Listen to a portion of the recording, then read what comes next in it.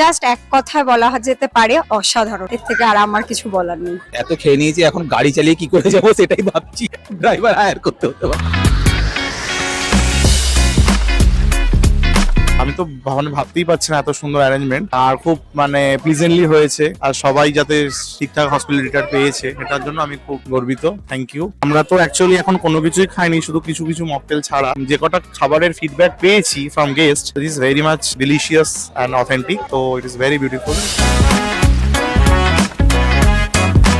সবচেয়ে ভালো fish fry, fish finger গুলো, পাতুরিও ভালো হয়েছে, মাটনটাও ভালো হয়েছে, ফিশ ফ্রাই এর মতো যেটা হয়েছিল সেটাও ভালো হয়েছে। ডেজার্টের মাখা সন্দেশটা তো দুর্ধর্ষ হয়েছে। চিমচাম খোলামেলা জায়গাটা অনেকটা ছিল, মানে কোনো কিছু কনজাস্টেড নেই, চাপাচাপি নেই, গাদাগাদি নেই। ফিশ ফিঙ্গারটা বেশি ভালো লেগেছে, কাবাবটাও ভালো লেগেছে। এইটাও স্পেশালি যে মালাইকারি, চিংড়ি মাছের মালাইকারি, এটাও খুব ভালো লেগেছে। মাটন রিয়েলি সফট ছিল অ্যান্ড বেশি ঝালও হয়নি, অ্যাজ লাইক মনে হয় যেন বাড়ির মাটনের মতো খাচ্ছি। পাতুরি অলসো ভেরি গুড অ্যান্ড চিংড়িটাও সাইজগুলোও ভালো ছিল, খেতেও ভালো ছিল। আমার হট গোলাপ জামুনটাও খুব ভালো লেগেছে, তারপরে আপনার জিলেপিটাও খুব ভালো লেগেছে। এখানে প্রত্যেকটা item, each and every item was good.